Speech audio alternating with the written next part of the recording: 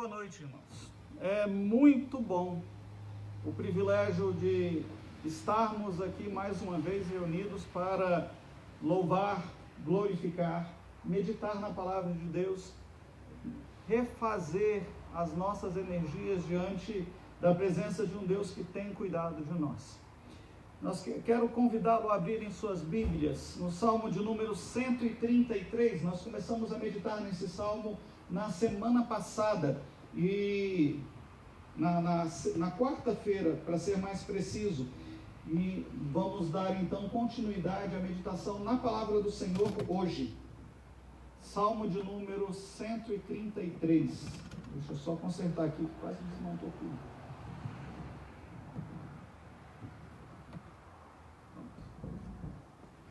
Assim diz então a palavra do Senhor: ó quão bom e agradável viverem unidos os irmãos. É como óleo precioso sobre a cabeça que desce para a barba de Arão, e que desce para a gola de suas vestes. É como o orvalho do Hermon, que desce sobre o monte Sião. Ali ordena o Senhor a sua bênção e a vida para sempre. Na quarta-feira, nós meditamos nesses salmos e nós esmiuçamos e vimos alguns detalhes do que o salmista está nos dizendo aqui, nesses poucos versículos, 3 versículos, mas com a profundidade enorme. Ele começa dizendo, Davi é o autor desse salmo, ele começa dizendo que é bom e agradável que os irmãos vivam em união. Só para nos relembrar aquilo que nós meditamos na quarta-feira, Davi está dizendo que bom e agradável a união dos irmãos, porque ele vinha de um período muito conflitos externos e muito conflitos internos dentro do povo de Israel. E ele, para dizer e expressar quão bom é isso, ele usa 2 expressões. Ele vai falar que a união é como óleo precioso sobre a cabeça, que desce sobre a barba de Arão, e desce para a gola das suas vestes. Na quarta-feira nós aprendemos que esse óleo precioso que Davi se refere diz respeito ao óleo da unção sacerdotal, que era usado exclusivamente para a consagração do sumo sacerdote.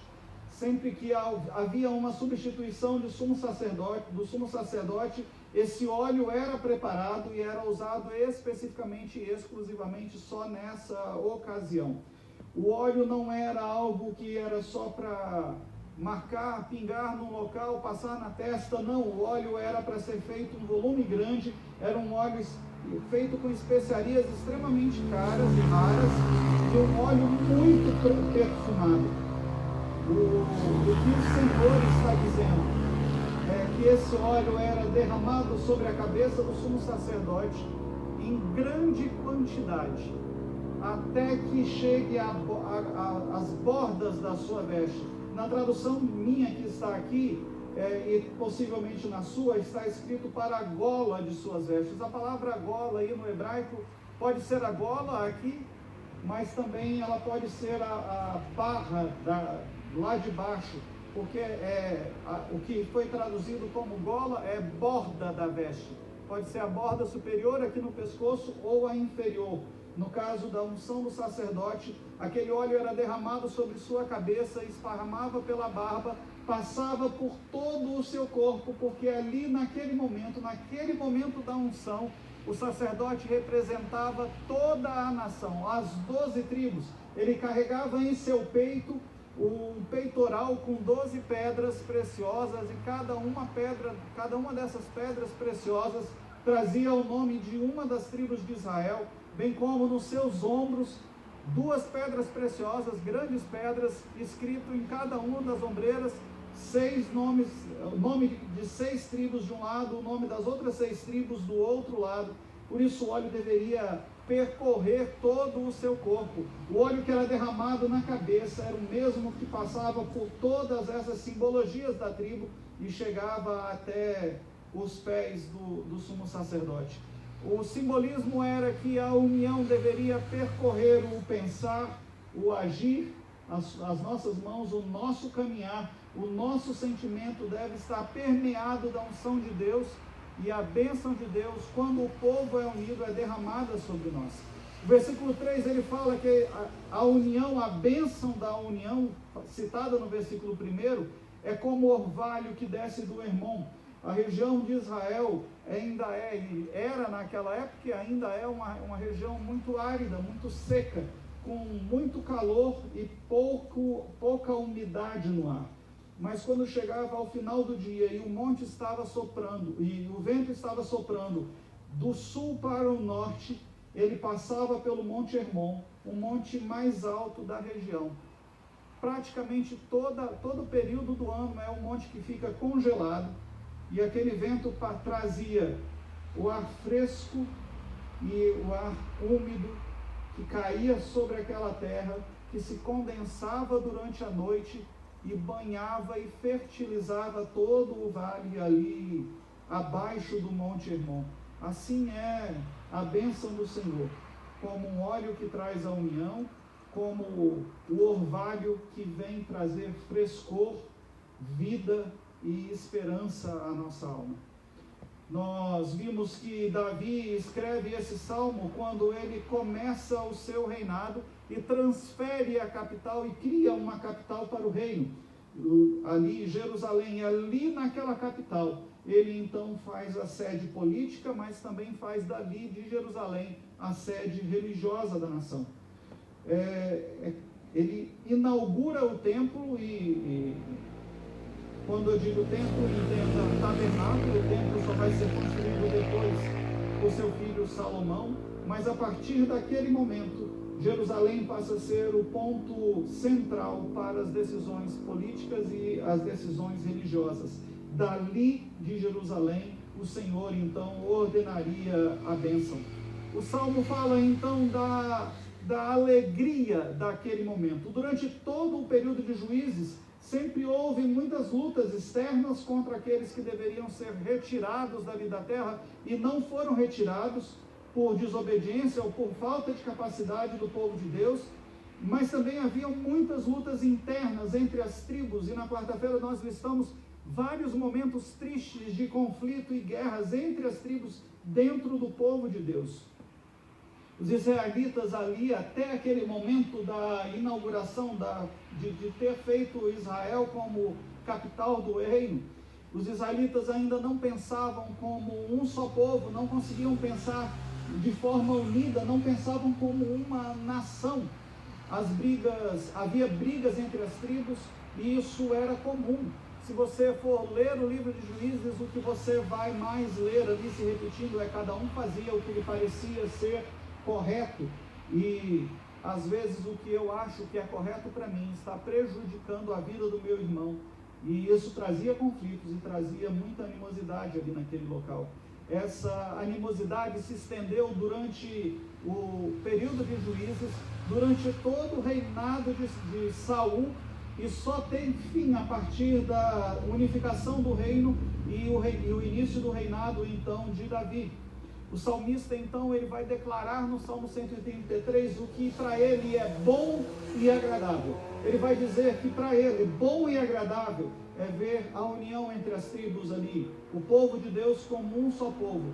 Ele vai dizer que bom e agradável para ele é não haver mais conflitos internos, o cessar das diferenças e considerar que todos agora são unidos, irmãos ali dentro de um mesmo povo, dentro de uma mesma nação. Para ele, ser bom e agradável significava que a partir daquele momento eles teriam uma unidade de religião. Não haveria mais uma parte da tribo adorando a deuses das outras nações, se curvando diante de falsos deuses, Baalins, Astarotes, Baal e tantos outros que cercavam a terra, mas dali por diante eles estariam todos juntos, adorando o mesmo Deus, se dirigindo a Jerusalém. Havia então uma unidade política, tendo Jerusalém como capital do reino. Davi se alegra então por celebrar a harmonia, a paz e a comunhão. É bom e agradável.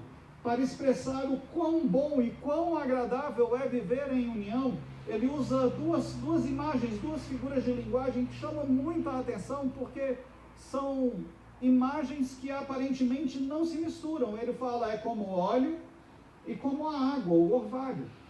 Óleo e água não se misturam, por mais que você mexa, ela não vai se misturar. Mas a imagem que o salmista escolhe é que, mesmo que nós venhamos a ser diferentes no modo de agir, fisicamente, no modo de agir, no modo de pensar, ainda pode e deve haver motivos para sermos unidos, um só em Cristo Jesus. O óleo e a água pareciam ser improváveis. A comunhão entre eles parecia ser improvável, mas diante de Deus, nada é impossível. O óleo era comparado a algo caro, precioso, usado para a consagração exclusiva do serviço a Deus. E o orvalho, depois de um dia de calor, a refrescância, o refrigério, a viabilização da plantação da vida, de uma colheita farta, mesmo em tempos difíceis. Davi escolhe essas duas imagens. Óleo, você precisa ser separado para Deus. Orvalho, do Senhor vem a bênção e a provisão que todos nós precisamos. Aliás, esse é o ponto central do verso 33, o penúltimo salmo escrito dentro de um grupo chamado Cântico dos Degraus. Começa no Salmo 120, termina no Salmo 134. Nós vamos meditar no Salmo 134 na próxima quarta-feira e encerramos aí o Cântico dos Degraus. E nesse verso, nesse capítulo 133, ele vai falar da união. A união é a base para que Deus derrame bênção sobre o seu povo. Mesmo sendo improvável a união entre óleo e água, ambos ali vêm do alto, derramados sobre a cabeça do sacerdote e vindo do Monte Hermon, o ponto mais alto da região. Ambos são derramados sobre todos, indistintamente. Ambos exercem a sua função ao entregar o seu melhor para o serviço de Deus. Ambos trazem bênçãos das mãos do Senhor.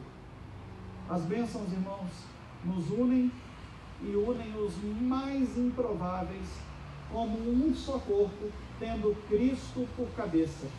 A bênção é ordenada sobre a vida daqueles que estão em comunhão, porque sem comunhão não pode haver bênção. Amós 3,3 diz, andarão dois juntos, se não houver entre eles acordo.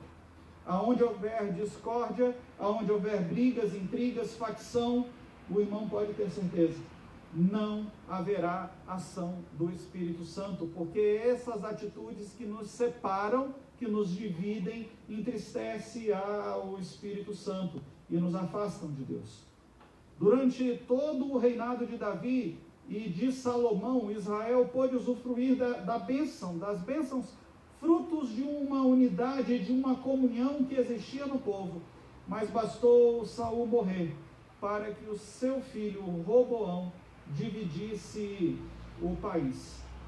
Israel, a parte norte, 10 tribos, seguiram um líder que era contrário a Salomão, de nome Jeroboão. E essas 10 tribos que ficavam ao norte, começou a ser chamado de Reino de Israel. Lá Jeroboão, seu rei, estabelece a sua capital na cidade de Samaria, e a primeira providência deles foi construir 2 santuários, um em Betel e outro em Dan, e colocou 2 bezerros de ouro, um em cada um desses locais, e disse ao povo, esses são os deuses que te tiraram do Egito, os 2 bezerros de ouro, feito por mão humana. Não desçam mais a Jerusalém para adorar a Yahvé, adorem a esses ídolos feitos por mãos humanas. Eles então deixaram de adorar Yahvé e passaram a se dobrar diante dessas obras. 1 Reis, capítulo 12, versículo 28 diz, pelo que o rei, tendo tomado conselho, fez 2 bezerros de ouro e disse ao povo, basta de subires a Jerusalém, vedes aqui teus deuses? ó Israel, que te fizeram subir da terra do Egito. O próprio rei levou o povo, conduziu o povo à idolatria. O reino de Judá, dirigido e governado então pelo filho de Salomão, de nome Roboão, são dois nomes bem parecidos, Jeroboão e Roboão, Roboão, filho de Salomão, também não seguiu algo tão distante. Eles não abandonaram de todo a adoração a Yahvé, ao Deus Todo-Poderoso, ao Senhor nosso Deus, mas aos poucos eles foram afastando o seu coração, ao ponto de mais adiante os profetas Deus falarem pela boca dos seus profetas que eles adoravam com seus lábios, mas o seu coração estava distante do desejo de estar ali na presença de Deus. Periodicamente Deus levantava profetas e reis e trazia de novo o povo para essa comunhão. E enquanto aquele rei, aquele juiz ou aquele profeta estava vivo, a nação se voltava para Deus, mas bastava que ele morresse e o povo novamente se afastava dos caminhos do Senhor. Deus havia prometido e falado a Moisés e a Josué que quando eles entrassem na terra, se um dia eles se afastassem, a mão de Deus pesaria sobre eles e viria juízo sobre aquela nação. Eles sabiam, mas isso não impediu que eles desobedecessem ao Senhor. E Deus pesou a mão. O reino do norte, Israel, as 10 tribos que seguiram a Jeroboão, foi destruída pela Assíria, levada para o cativeiro, espalhada pela terra. E hoje nós não temos mais condições de identificar nenhum descendente dessas tribos. O reino de Judá ainda ficou um tempo mais ali na região, mas ainda por conta da desobediência, Deus pesa a mão sobre eles e vez após vez os profetas avisando, parem de pecar, se voltem para Deus. Eles não deram ouvidos e Deus mandou então Nabucodonosor, rei da Babilônia, que chegou àquele local, destruiu a cidade e levou cativo o povo de Israel para um período de 70 anos ali de cativeiro. Tudo isso, irmãos, porque a bênção de Deus é dada sobre aqueles que permanecem em unidade, unidos como um só corpo, diante de Deus, ali representado pelo sacerdote, e diante daqueles que o governam, como toda uma nação, como um só povo, representado pelo orvalho que cai sobre a terra.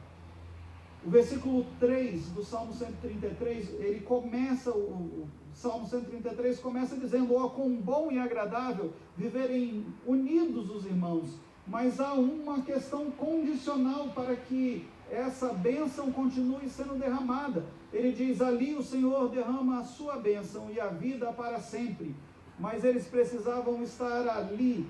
A bênção é então condicional, ela pressupõe união, unidade entre os homens e entre Deus e os homens. Deus abençoa a todos, irmãos, a todos, indistintamente. A chuva cai de igual modo sobre bons e sobre os ruins, sobre os justos e sobre os ímpios. Mas para o povo de Deus, Deus promete cuidado especial. Deus olha para nós com um cuidado especial, mesmo enquanto estamos enfrentando dificuldades como nós estamos passando agora. Nós sabemos que o Senhor está olhando e cuidando de cada um de nós. O Salmo 33, versículo 18 vai dizer, eis que os olhos do Senhor estão sobre os que o temem, sobre os que esperam na sua misericórdia. Os olhos do Senhor estão sobre os que o temem. Deus tem olhado de forma especial para você. Isso é um privilégio para a vida de cada um de nós. 1 Pedro capítulo 3, versículo 12, diz assim, porque os olhos do Senhor repousam sobre os justos, e os seus ouvidos estão abertos às suas súplicas. Ele não apenas olha para aqueles que temem, mas Ele está nos vendo, está nos ouvindo a oração que você tem feito. Mas o rosto do Senhor está contra aqueles que praticam males. Efésios capítulo 1, versículo 3 diz, bendito o Deus e Pai de nosso Senhor Jesus Cristo, que nos tem abençoado com toda a sorte de bênção espiritual nas regiões celestiais em Cristo. O que o autor de Efésios aqui, Paulo, está nos dizendo é que Deus tem derramado bênçãos especiais para aqueles que desejam estar diante da sua presença. No período em que o reino estava dividido, ali entre o reino de Israel e o reino de Judá, dois reinos irmãos que deveriam andar juntos como um só povo, divididos agora, durante esse período, Deus mandou profetas como Isaías, como Jeremias, Ezequiel, Oséias, e todos eles anunciavam a vinda do Messias, um ungido de Deus, um rei que iria se assentar no trono de Davi, seria descendência de Davi, e que iria reunificar as 12 tribos. A promessa era que um dia eles seriam novamente um só povo, uma só nação, dirigidos pelo ungido de Deus. O filho de Davi, irmãos, já veio. Seu nome é Jesus Cristo, o Jesus que nasceu e morreu numa cruz, para que você pudesse se tornar povo seu. Por meio do seu sangue, Jesus nos fez um e cumpre as promessas feitas pelos profetas naquele período. Em Jesus essa promessa é cumprida. Hoje seu povo é composto por todos aqueles que creem no seu nome, os que os receberam como Senhor e Salvador, sejam judeus, gentios, brancos, negros, pardos, índios, orientais, de todas as tribos, raças, línguas e nações. Basta que tenha recebido a Jesus como seu Senhor e Salvador. Nós, então, aqueles que o receberam como Senhor e Salvador, estão ligados a Ele pelo Espírito Santo e ligados entre nós pelo mesmo Espírito, de uma vez por todas, de forma insolúvel, indestrutível e eterna, por toda a eternidade. Se você recebeu a Cristo como seu Senhor e Salvador, você faz parte agora do povo de Deus, e nada nesse mundo vai poder tirar a alegria, essa alegria do seu coração, a alegria da salvação, a alegria de estar unido com Deus por meio do Espírito Santo. Em Cristo nós somos um povo que adora ao único e verdadeiro Deus. Gálatas capítulo 3, versículo 28 diz: não há judeu nem grego, escravo ou livre, homem ou mulher, porque todos vós sois um em Cristo Jesus. E essa é a maior das razões, a maior da alegria de nós sermos abençoados por Deus. Nós somos um em Cristo Jesus. Ó, quão bom e agradável é vermos os irmãos unidos. Efésios capítulo 4, versículos 5 e 6 vai dizer: há somente um corpo e um espírito, como também foste chamado numa só esperança da vossa vocação. Há um só Senhor, uma só fé, um só batismo, um só Deus e Pai de todos, o qual é sobre todos e age por meio de todos e está em todos nós. É o próprio Deus que faz essa liga, que nos une, que nos faz andar juntos, mesmo que às vezes nós venhamos a nos desentendermos. É Ele que nos traz a paz, pela ação do seu Espírito Santo, nos retorna a harmonia e a alegria de estarmos juntos. A comunhão, irmãos, que nos anima, que nos vivifica, precisa ser praticada então. Mas ela não é praticada, ela não pode ser praticada do jeito que eu quero. Ela precisa ser praticada da forma como Deus determina que ela seja praticada. Porque não é o adorador que define como vai adorar. É o Senhor que nos conduz em adoração, a Ele que diz como nós seremos identificados como adoradores. Quais as atitudes que nos identificam para que nós venhamos a caminhar nessa caminhada da vida cristã. Na carta de Paulo aos Efésios, no capítulos de 4 a 6, ele vai expor de forma prática como a igreja de Cristo deve viver. E lá no capítulo 4, versículos de 1 a 3, ele vai dizer: rogo-vos, pois, eu, o prisioneiro do Senhor, que andeis de modo digno da vocação a que fostes chamados. E a primeira orientação de Deus para nós nesse versículo é que se você aceitou a Jesus, se você faz parte desse corpo de Cristo, a sua primeira tarefa é andar de forma digna da vocação que Deus lhe chamou a exercer. Não dá para você falar que é cristão e viver uma vida totalmente desregrada, longe do que Deus te pede, longe do que Deus te chama, longe das orientações do Senhor. Ele fala, se você quer viver, ser servo do Senhor, primeiro passo, viva de forma digna, porque Deus te chamou para isso. A segunda condição está a partir do versículo 2, ele diz, vivam com humildade e mansidão. Humildade para não achar que você é superior a ninguém. Às vezes nós, se não tomarmos cuidado, nós começamos a achar que nós temos mais direito que o outro, seja pela idade, pelo conhecimento, pelo poder aquisitivo, e Deus está falando, irmãos, não é o que você acha que você tem que vai lhe fazer melhor do que o outro. Todos nós diante de Deus somos iguais. Então, primeiro, reconheça o seu lugar diante do Senhor. E, em segundo momento, haja com mansidão. Tenha paciência, seja longânimo. E ele termina o versículo 2 dizendo, suportando-vos uns aos outros em amor. E o suportando-vos uns aos outros em amor significa dizer que não é eu tolero o irmão, então eu vou ter que te aguentar. Mas o suportar traz a ideia de suporte, de quando eu estou do lado de um irmão que está mais fraco do que eu na fé, eu vou me aproximar dele e vou poder apoiá-lo sobre os meus ombros e ajudá-lo na caminhada cristã. É esse tipo de suporte que Paulo está escrevendo aqui em Efésios. E no verso 3 ele continua dizendo, olha, isso não vai ser fácil. Nós vamos ter dificuldades porque o Senhor conhece a nossa carne. E a nossa carne muitas vezes nos leva a querer fazer coisas diferentes. E no verso 3 ele fala, esforçando-vos diligentemente para preservar a unidade do Espírito no vínculo da paz. E há uma razão para isso. O esforçar com diligência para preservar a unidade é porque Deus derrama a sua bênção aonde há unidade entre os homens e entre homens e Deus. Irmãos, para que isso pudesse ser alcançado, Jesus teve que morrer na cruz por mim, morrer na cruz por você. O preço da salvação foi altíssimo, altíssimo. Nós recebemos de graça, mas não significa que não houve custo, houve sim um custo. Deus abriu mão de seu Filho Jesus para morrer e pagar a dívida que pesava sobre os nossos ombros.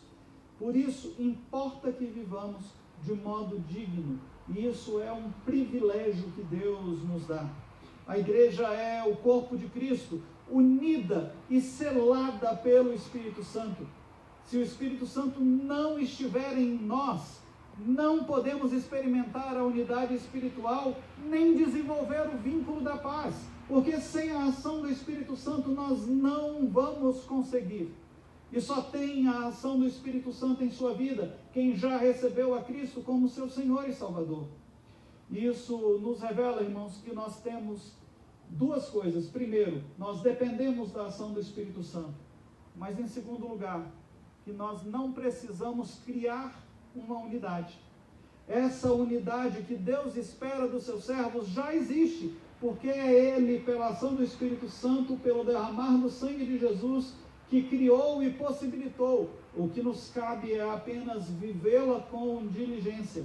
A nossa responsabilidade diante de Deus é nos esforçar para manter esse vínculo que o Espírito Santo cria quando nós o recebemos a Jesus como Senhor e Salvador. Lutar para não deixar que as interferências quebrem essa unidade criada pelo Espírito Santo. O Espírito Santo tem que habitar em mim e em você. Ambos temos que reconhecer a unidade do Espírito um no outro. A lógica é simples. Se o Espírito Santo não habita em mim, eu não vou poder ter unidade espiritual com você.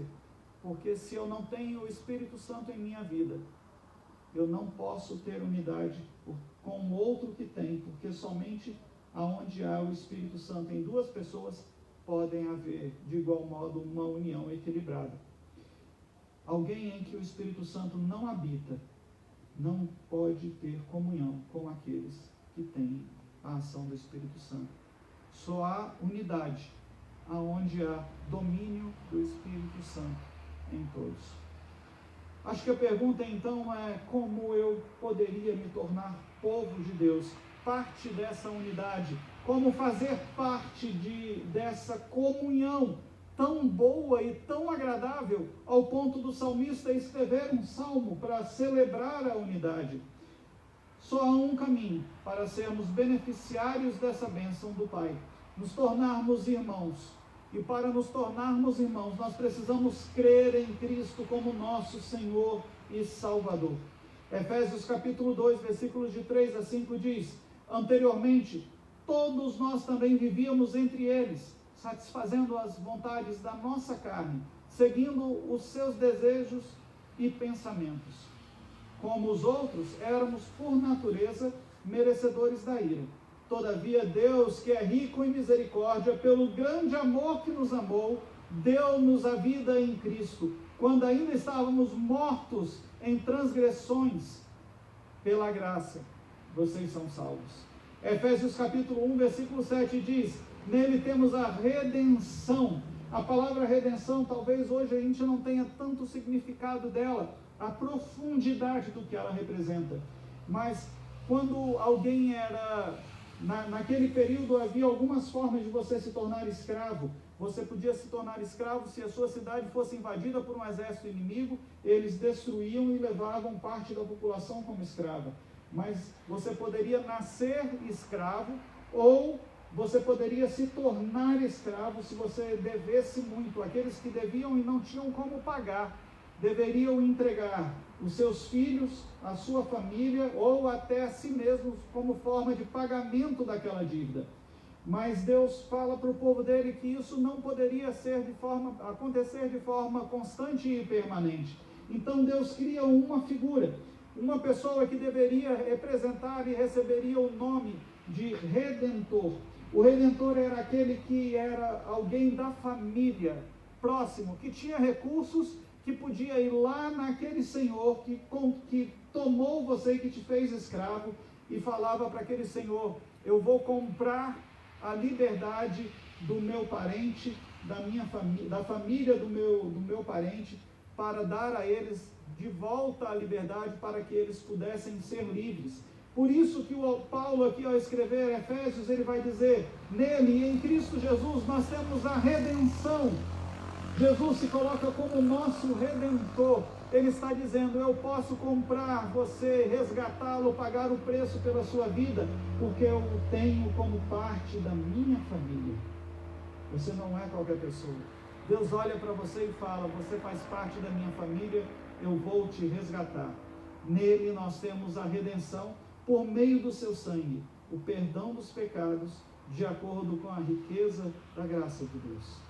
No mesmo capítulo 1, lá nos versículos 13 e 14, vai dizer: quando vocês ouviram e creram na palavra da verdade, o evangelho que os salvou, vocês foram selados em Cristo, com o Espírito Santo da promessa, que é a garantia da nossa herança, até a redenção daqueles que pertencem a Deus, para o louvor da sua glória.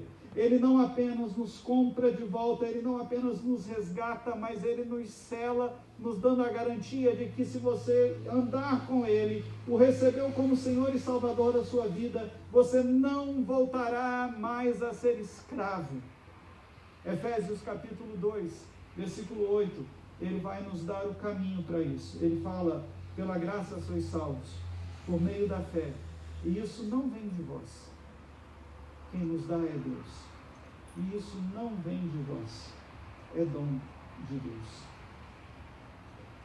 Um dia, irmãos, todos nós estaremos diante deles, diante do Senhor. Filipenses capítulo 2, versículos 10 e 11 vai dizer: para que ao nome de Jesus se dobre todo o joelho nos céus, na terra e debaixo da terra, e toda língua confesse que Jesus Cristo é Senhor, para a glória de Deus Pai. Todos nós um dia teremos que nos apresentar diante de Deus, você querendo ou não, você crendo ou não, isso vai acontecer. A grande questão é como você vai viver a eternidade. A minha oração, irmãos, é para que no dia que nós tivermos que nos apresentar diante do Senhor, como está escrito em Filipenses, nesse dia tão glorioso, a minha oração é vê-lo ao meu lado, glorificando a Deus, sabendo que o Senhor nos fez um em Cristo Jesus e que você é meu irmão, porque você um dia abriu o seu coração e recebeu a Cristo como seu Senhor e Salvador, reconheceu que é pecador e que sem Cristo a sua caminhada é vazia e inócua. Apocalipse capítulo 5, versículos de 8 a 10, vai descrever esse momento e ele fala do encontro que nós teremos com o Senhor, do momento que nós vamos nos deparar diante do trono de Deus. E assim ele descreve: quando tomou o livro, os 4 seres viventes e os 24 anciãos prostraram-se diante do Cordeiro, tendo cada um deles uma harpa e as taças de ouro cheia de incenso, que são as orações dos santos, e entoavam um novo cântico, dizendo: digno és de tomar o livro e de abrir-lhe os selos, porque fostes morto e com os teus sangue comprastes para Deus os que procedem de toda a tribo, língua, povo e nação. E para o nosso Deus constituístes reino e sacerdotes, e reinarão sobre a terra.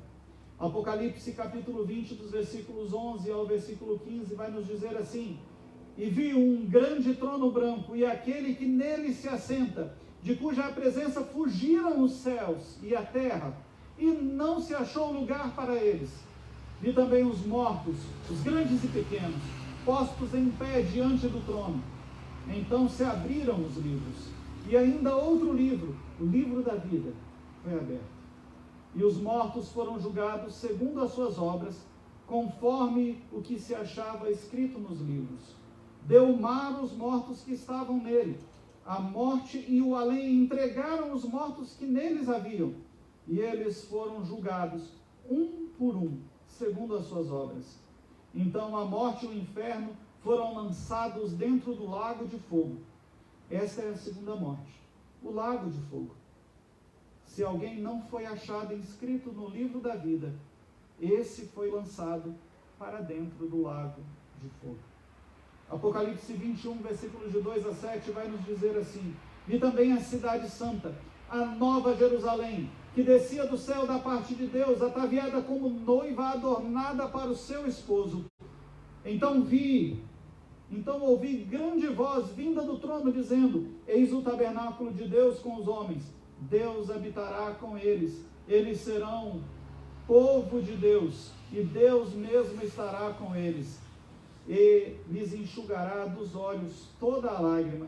A morte já não existirá, já não haverá luto, nem pranto, nem dor, porque as primeiras coisas passaram.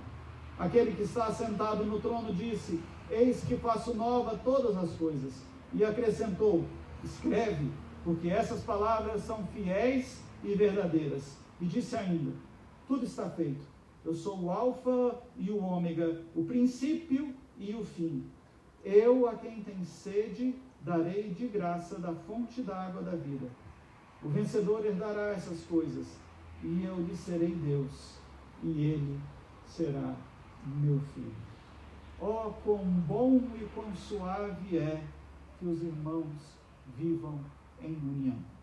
A união, irmãos, derrama sobre a vida de cada um de nós bênçãos sem medida, além do privilégio do nosso relacionamento com Deus. Isso nos dias de hoje. Mas haverá um dia em que os textos aqui que foram lidos vão se tornar realidade. E um dia cada um de nós nos apresentaremos diante do Senhor para usufruir dessa comunhão por toda a eternidade. ao lado do Pai, para aqueles que receberam a Cristo.